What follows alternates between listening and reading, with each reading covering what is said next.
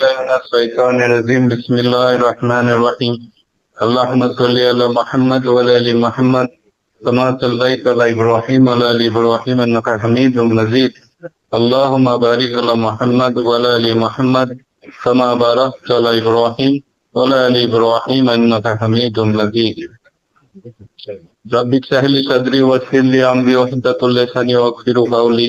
সমস্ত প্রশংসা সে বিশ্ব জগতের মালিক আল্লাহ সুবহানাহু ওয়া তাআলার জন্য, যে আল্লাহ সুবহানাহু ওয়া তাআলা এই পবিত্র জুম্মাবারে তার ঘরে নিয়ে এসে ইবাদত করার তৌফিক দান করেছেন। এই জন্য শুকরিয়া স্বরূপ বলি আলহামদুলিল্লাহ। এবং আল্লাহ সুবহানাহু ওয়া তাআলার কাছে আমরা দোয়া করি যে আল্লাহ সুবহানাহু ওয়া তাআলা আমাদের সকলকে তার সহি কথা বোঝা, সহিভাবে ইবাদত করা এবং সহিভাবে তার সমস্ত আমল করা তৌফিক দান করুক। আল্লাহ যদি রাজি থেকে আজকে যে বিষয়টা নিয়ে আলোচনা করব সেটা আগামী সপ্তাহে ইনশাল্লাহ আলোচনাটা শুরু হবে, কিন্তু এর একটা প্রেক্ষাপট আছে। সেই আলোচনাটা হচ্ছে যে বিষয়টা হচ্ছে যে ইবাদতের গুরুত্ব একজন মুমিনের জীবনে। বা এটাকে আর একটা হেডলাইন করা যেতে পারে যে নামাজ, যে বাহ্যিক ইবাদত গুলো আছে, নামাজ, রোজা, হজ, যাকাত, বিশেষ করে নামাজ, একটা মুমিনের জীবনের গুরুত্ব কতটা, ইম্পর্টেন্স কতটা, এইটা আমরা একটা কোরআনে কিছু আয়াতের সাপেক্ষে এটাকে বোঝার চেষ্টা করব আগামী সপ্তাহগুলোতে ইনশাল্লাহ। তো এই সপ্তাহে কি তার প্রেক্ষাপটটা জানবো, কেন আমরা এটা জানার চেষ্টা করব, এই জায়গাটা বোঝার কেন চেষ্টা করব, সেইটা এই সপ্তাহে জানার চেষ্টা করব। এর একটা ব্যাকগ্রাউন্ড আছে, এর একটা প্রেক্ষাপট আছে। তো এই প্রেক্ষাপটটাকে যদি জানতে হয় সেটা দিয়ে শুরু করি। এটা হচ্ছে সূরা আল যারিয়াত, 51 নম্বর সূরা, মক্কায় অবতীর্ণ। এই সূরাটা আমি 2-3 দিন আগে মসজিদে পড়ছি। তো পড়তে পড়তে কিছু গুরুত্বপূর্ণ কথা পেলাম, সেই জন্য এটা শেয়ার করছি। এবং এই প্রেক্ষাপট থেকে, এই সূরার কিছু আয়াত থেকে ওই ধারণাটা আমার কাছে এলো, যেটা আপনাদের সঙ্গে শেয়ার করা দরকার। কারণ ভালো যেটা আল্লাহ আমাকে দান করেছে মনে করি সেটা আপনাদের অধিকার, যেটা খারাপ সেটা আমার। যাই হোক, তো সূরা যারিয়াত এটা একটা ছোট সূরা, মক্কি সূরা, বেশি বড় নয়। তো মোটামুটি ভাবে 1 থেকে 25 নম্বর আয়াতটা আমরা একটু শুনি। প্রথম ধূলি ঝড়ের, অতঃপর পানির বোঝা বহনকারী মেঘমালার, অতঃপর মৃদুমন্দ চলমান নৌকা যান সমূহের, অতঃপর নির্দেশ বন্টনকারী ফেরেশতা। তোমাদের যে ওয়াদা করা হয়েছে তা অবশ্যই সত্য, তোমাদের যে ওয়াদা করা হয়েছে তা অবশ্যই সত্য। নিশ্চয়ই প্রতিদান অবসম্ভাবী, নিশ্চয়ই প্রতিদান অবসম্ভাবী। কসম সৌন্দর্য মণ্ডিত আকাশের, নিশ্চয়ই তোমরা মতবিরোধপূর্ণ কথায় লিপ্ত থাকো। যে পথভ্রষ্ট হয়েছে তাকে তা থেকে ফিরিয়ে নেওয়া হয়েছে, যে পথভ্রষ্ট হয়েছে তাকেই তা থেকে ফিরিয়ে নেওয়া হয়েছে। মিথ্যাচারীরা ধ্বংস হোক, যারা সংশয় সন্দেহে নিমজ্জিত থাকে উদাসীন, যারা সংশয় সন্দেহে নিমজ্জিত থাকে উদাসীন। তারা জিজ্ঞাসা করে প্রতিদান দিবস কবে হবে। এই দিন হবে যেদিন তারা অগ্নিতে সাজাপ্রাপ্ত হবে। বলা হবে তোমাদের আযাব আস্বাদন করো, এটাই তোমরা তো ত্বরান্বিত করতে চেয়েছিলে। নিশ্চয়ই মুত্তাকিদের জন্য থাকবে জান্নাত সমূহ এবং ঝর্ণাধারা। তাদের রব তাদের যা দেবেন তা দিয়েই তারা খুশি হবে এবং খুশি মনে গ্রহণ করবে। ইতিপূর্বে এরা ছিল সৎকর্মশীল। তোরা এইখান থেকে একটু মন দিয়ে শুনি। এই সৎকর্মশীল ব্যক্তিরা রাতের সামান্য অংশই ঘুমিয়ে কাটাতো এবং রাতের শেষ প্রহরে এরা আল্লাহ তাআলার কাছে ক্ষমা চাওয়ায় রত থাকতো এবং তাদের ধনসম্পদে রয়েছে প্রার্থী এবং বঞ্চিতদের হক বলে তারা বিশ্বাস করত। এই লাইনটা খুব ইম্পর্টেন্ট। এবং তারা বিশ্বাস করত তাদের ধন সম্পদে রয়েছে প্রার্থী এবং বঞ্চিতদের হক। এরা সুনিশ্চিত বিশ্বাসীদের জন্য, এইরূপ সুনিশ্চিত বিশ্বাসীদের জন্য জমিনে অনেক চিহ্ন নিদর্শন রয়েছে আল্লাহকে। তোমাদের নিজেদের মাঝেও অনেক নিদর্শন রয়েছে, তোমরা কি চক্ষুষ্মান হয়ে সেই নিদর্শন গুলো দেখবে না? আকাশেই তো রয়েছে তোমাদের রিজিক এবং তোমাদের প্রতিশ্রুতি সমস্ত কিছু। অতএব আসমান ও জমিনের রবের কসম, তোমরা যে কথা বলে থাকো তার মতোই আমার এই কথা সত্য। তোমাদের কাছে ইব্রাহিমের সম্মানিত মেহমানদারি কথা বৃত্তান্ত এসে পৌঁছেছে কি? তো মোটামুটি এই 23 পর্যন্ত হচ্ছে বিষয়। তো আমি যখন এই সূরাটা পড়ছিলাম, পড়তে পড়তে ভয় আসছে মাঝে। অনেক সময় যখন কোনো একটা জিনিস দেখি না, পরবর্তী ঘটনাটা কি হতে পারে ভাবি। এর প্রেক্ষাপটটাই ছিল এরকম। সূরাটা এত বিউটিফুলি আল্লাহ সুবহানাহু ওয়া তাআলা বর্ণনা দিচ্ছে একটার পর একটা ঘটনা প্রথম থেকে। জান্নাতি, জাহান্নামী, ঈমানদারদের ঘটনাটা যখন এলো তখন আমার মনে হচ্ছে আল্লাহ এরপরে কি বলতে পারে। একটা মনে একটা ধারণা হচ্ছে যে কি বলতে পারে।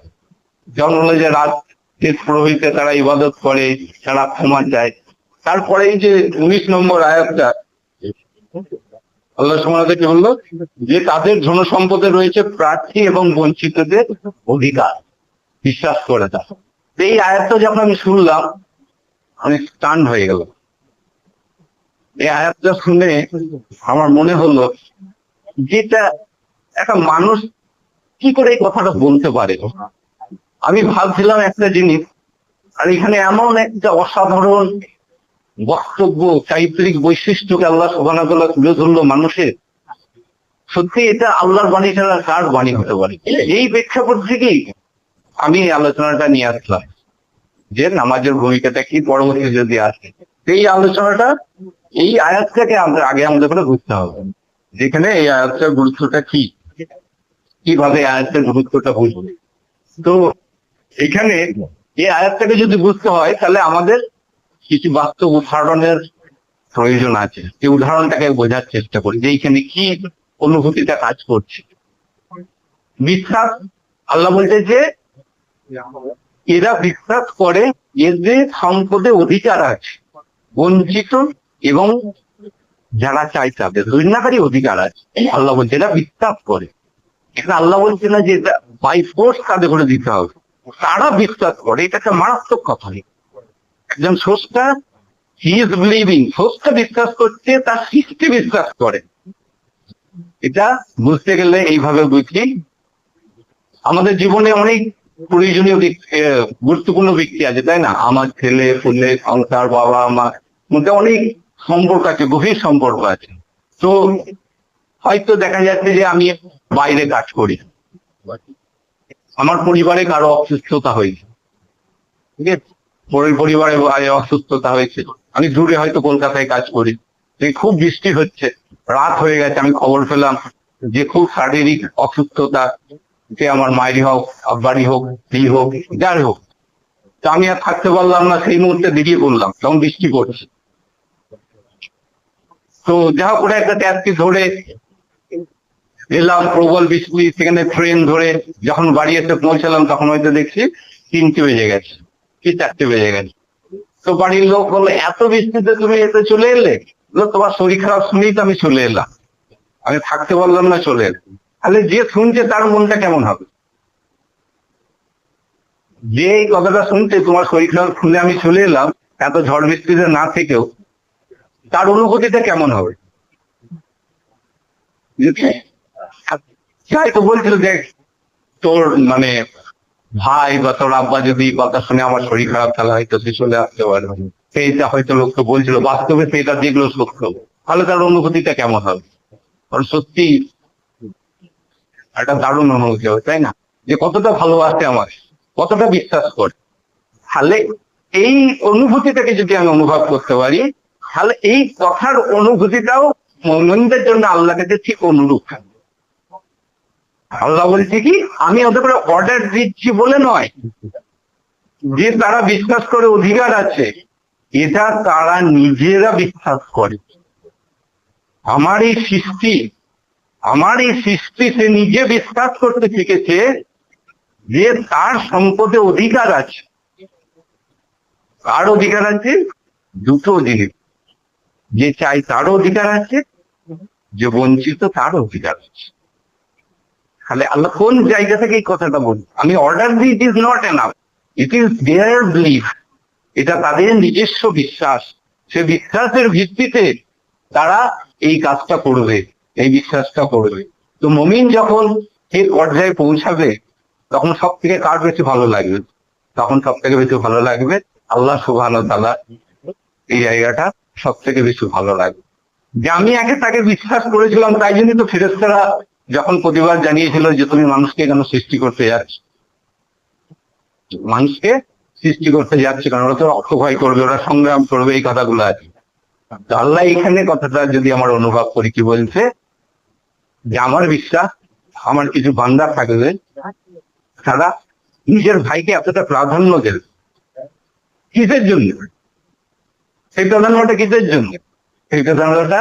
আল্লাহর সন্তুষ্টি, আল্লাহর মহব্বত, আল্লাহর ভালোবাসা। আল্লাহ বলেছে, তো এইটাই আল্লাহ সুবহানাহু ওয়া তাআলা দেখাচ্ছে যে এই যে ক্যারেক্টারিস্টিকটা মুমিনদের, যে না তারা বিশ্বাস করে তাদের ধন সম্পদে রয়েছে প্রার্থী এবং বঞ্চিত মানুষদের অধিকার। এইখানে একটা ইন্টারেস্টিং পয়েন্ট হচ্ছে কি, যদি একটা সাধারণ মানুষ এটা লিখতো, এই কথাটা কি লিখতো, দুটো পয়েন্ট আসতে পারে। একটা সাধারণ মানুষ লিখলে সে দান করবে অভাবী মানুষদের, দরিদ্র মানুষদের, এরকম হয়তো লিখতে পারে। কিন্তু দুটো শব্দ যে আল্লাহ মাহরুম, একটা হচ্ছে মাহরুম আর একটা হচ্ছে যারা চায়, দুটো শব্দ আল্লাহ সুবহানাহু ওয়া তাআলা এখানে ইউজ করেছে। তো এই প্যাটার্নটা আমি লক্ষ্য করেছি কোরআনের মধ্যে, এই বিষয়টাকে আমি বহুবার লক্ষ্য করেছি। মানে হচ্ছে যারা চাই, এরকম এটা আছে আপনার সূরা হাজে, কোরবানির সময় এটা আছে, বলেছিলাম যদি খেয়াল থাকে, যে আল্লাহ বলছে কি যে তুমি মাংস দাও, বস্তু দাও তাদের করে, যারা চাই তারা, যারা চাইতে পারে না তাদের করেও দাও। এই প্যাটার্নটা সূরা বাকারাতেও আছে। দানের বিষয় যখন আসছে, তুমি সেই মানুষগুলোকে দাও যারা চাই। এমনও মানুষ আছে যারা চাইতে পারে না কিন্তু তাদের প্রয়োজন, তাদের করে তুমি দাও। এইটা কিন্তু আল্লাহ সুবহানাহু ওয়া তাআলার একটা বিশেষ বৈশিষ্ট্য। আমার মনে হয় না একটা ইউনিক ওয়ে তার কেউ কথা বলতে পারে, যে দেওয়াটা কেমন হবে সেটাও মানুষকে শিখিয়ে দিচ্ছে। মানে কি, যে আমাদের নেচারের মধ্যে অনেক সময় থাকে যে আমরা একটুখানি বায়াসড হয়ে যায়, নকশের কারণে, যে কোনো কারণে হোক, যে একে দেবো ওকে দেবো না, একে দেবো ওকে দেবো না। তোমার দেওয়ার যাকে প্রয়োজন তুমি তাকে দাও, যে চাই যে তাকেই দেবো না, যে চাই না তাকে দেবো, ব্যাপারটা ওটা নয়। তোমার বিবেকে যেটা মনে হচ্ছে যার প্রয়োজন আছে তাকে তুমি দাও। ব্যাপারটা হচ্ছে এই জায়গাটা, তুমি যেন এখানে তোমার বায়াসনেসটা কাজ করে। এটা আমি এখানে জোর দেবো না, আমি এটা আলোচনা করেছিলাম যে মানুষের মধ্যে এটা অনেক সময় এতে যে আমি দেখেছি নিজের অজান্তি, এই শ্রেণী মানুষকে আমি দেবো, এই শ্রেণী মানুষকে আমি দেবো না। কিন্তু আল্লাহ বলছে যে দুটো মানুষকেই তুমি তার প্রয়োজন সাপেক্ষে দাও। তুমি জাজমেন্ট, তুমি জাজ হয়ে যেও না, তুমি তাকে বিচার করতে যেও না, তার প্রয়োজনটাকে বিচার কর। কি কত বড় কথা, সে কথাটা বলতে পারে এইরকম একটা জায়গা থেকে, এরকম একটা অ্যাঙ্গেল থেকে এই কথাটা বলা কি চারটেখানি ব্যাপার? এই কথাটা একমাত্র চরম জ্ঞানী সেই বলতে পারে। আর এই বারবার আমি বলি যে প্রত্যেকটা সেন্টেন্সের মধ্যে আমরা খুঁজে পাই আল্লাহর এই যে সূক্ষ্ম জ্ঞান, সূক্ষ্ম যে অনুভূতির কথা, সেই কথাই তো কোরআনকে অনন্য সাধারণ করে দেয় অন্যান্য বইয়ের থেকে। যে সুনিশ্চিত বিশ্বাসী এবং সুনিশ্চিত বিশ্বাসীদের জন্য রয়েছে জমিনে আমাকে চেনার অনেক নিদর্শন। আল্লাহ বলছে কি যে এই যে বিশ্বাসীরা আছে, এই বিশ্বাসীদের একটা বৈশিষ্ট্য হচ্ছে কি যে এরা এতটাই পাওয়ারফুল হবে, যেটা আগের দিন আলোচনা করেছে, যেটা এতটাই পাওয়ারফুল হবে যেটা এতে করে কেউ টলাতে পারবেন, এতে করে কেউ টলাতে পারবে না। আল্লাহর প্রতি বিশ্বাসটা এদের অটোমেটিক্যালি দৃঢ় হয়ে যাবে, কারণ এরা নিজে যা শিখবে সেটাকে দারুণ ভাবে বিশ্বাস করতে শিখবে। এই কারণে নিজের অনুভূতিটাকে বিশ্বাস করতে শিখবে, লোকের কথাকে নয়। যেটা আলোচনা করছিল যে আমার এই যে বডি, আমাকে বিরাট বড় বিজ্ঞানী হতে হবে তার তো মনে নেই আল্লাহকে চেনার জন্য। আমাকে বিরাট বড় বড় বই পড়ে আসতে হবে তার কোনো মানে নেই। আমি নিজেকে দেখি না, এই জন্য আল্লাহ বলছি যে তার নিজেদের মধ্যেও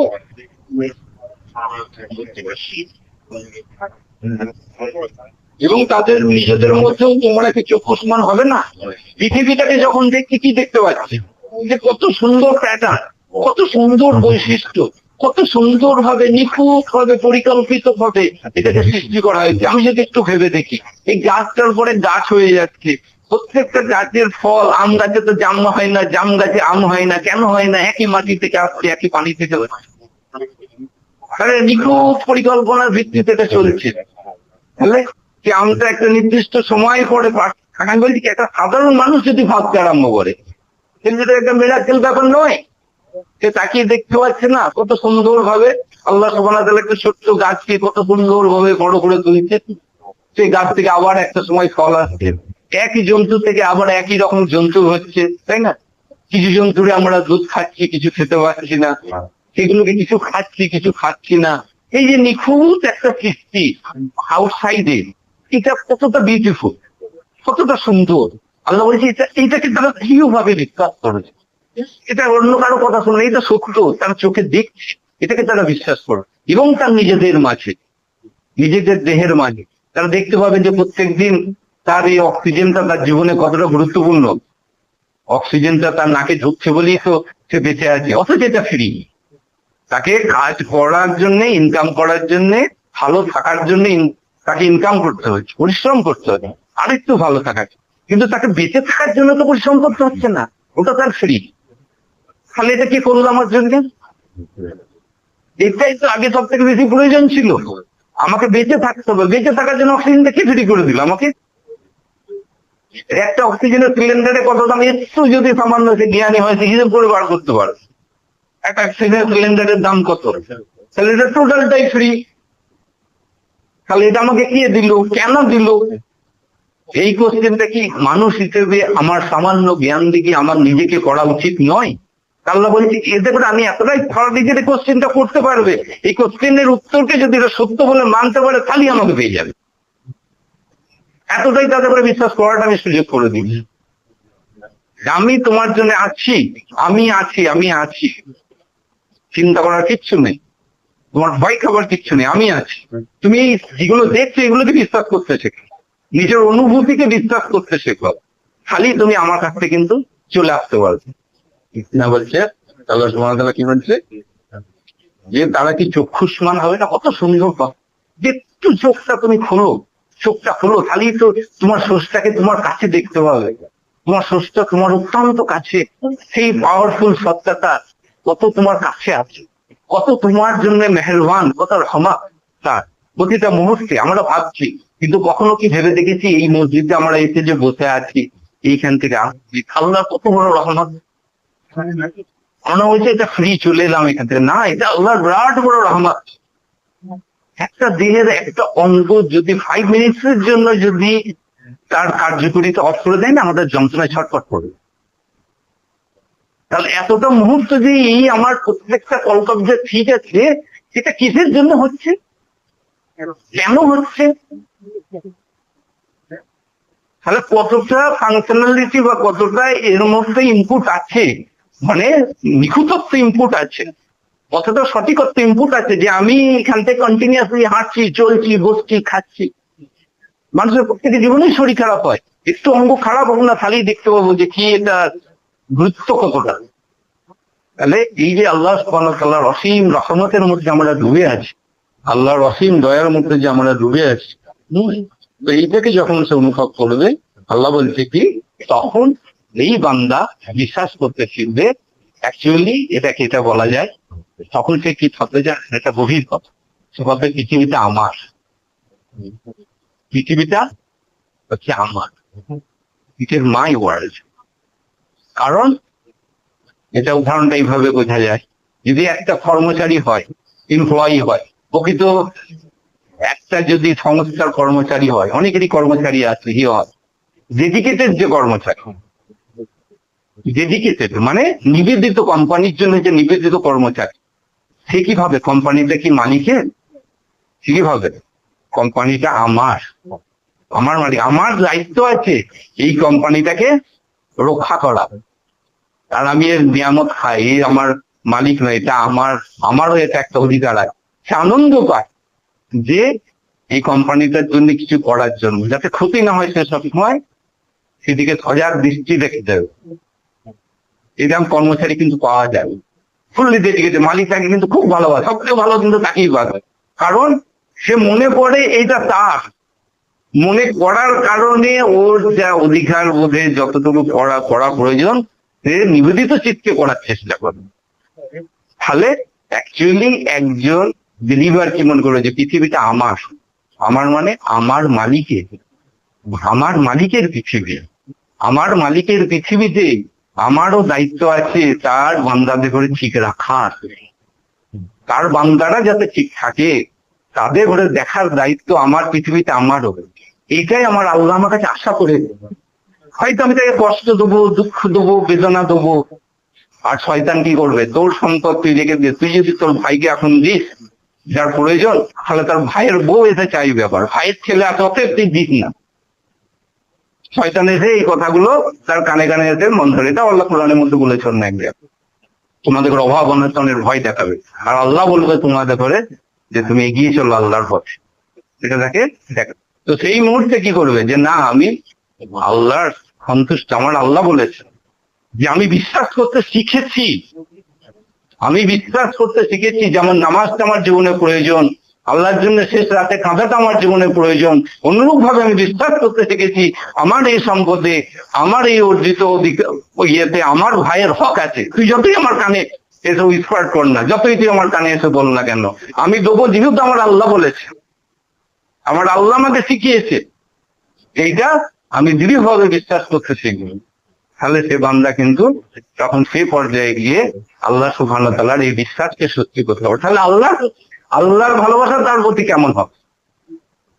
যে কর্মচারী এতটা ডেডিকেটেড হতে পারে তার মালিকের কোম্পানির জন্য, পৃথিবীর জন্য, তার মখলুকের জন্য যদি এত ভাবতে পারে, তাহলে আল্লাহ তার জন্য কত ভাববে? আল্লাহর ভালোবাসাটা তার প্রতি কেমন হবে? যে ফার্স্ট উদাহরণটা দিয়েছিলাম, যেদিনকে তুমি রাতের ওই 3টের সময় ঝড় বৃষ্টিতে কাক ভেজা হয়ে তুমি বাড়ি এসে পৌঁছালে, তুমি দেখলে যে তোমার যার জন্য তুমি এলে তার শরীর খারাপ বলে, ঠিক আছে, তো কতটা সুন্দর অনুভূতি সেই ব্যক্তির হতে পারে। এবার আল্লাহ সম্বন্ধে আরেকটা কথা আছে যেটা বলে যায়, যে এরপরে মনে হলো তো সবই তো শুনলাম ভালো, কিন্তু এটা করা তো খুব টাফ, মনে সবাইকারই হবে কথাটা বলে। দেখলাম আল্লাহ সুবহানাহু ওয়া তাআলা এখন সুন্দর উত্তর দিচ্ছেন কি, যে অতএব এটা আসমান জমিনের রবের কসম, আল্লাহ নিজের কসম খেয়ে বলছে, এই কথাটা ততটাই সত্য যতটা তোমরা নিজেরা কথা বলেছে। আমাদের আপনি কত অ্যাসুরেন্স দেবে, তার আগে আল্লাহ 5 আর 6 নম্বরে বলে দিয়েছে এটা অমোঘ সত্য, আমি অমোঘ সত্য বলছি। আবার নিজের কসম খেয়ে আল্লাহ বলছে এই কথাটা সত্য, আমি তোমাদের করে বলে গেলাম। তাই আল্লাহ আমাদের বোঝার তৌফিক দান করেন। পরবর্তী সপ্তাহে ইনশাল্লাহ দেখবো যে ইবাদতের গুরুত্ব কেন নামাজে আগে এসেছে বড় আলোচনা হবে, যে তৌফিক দান করবো।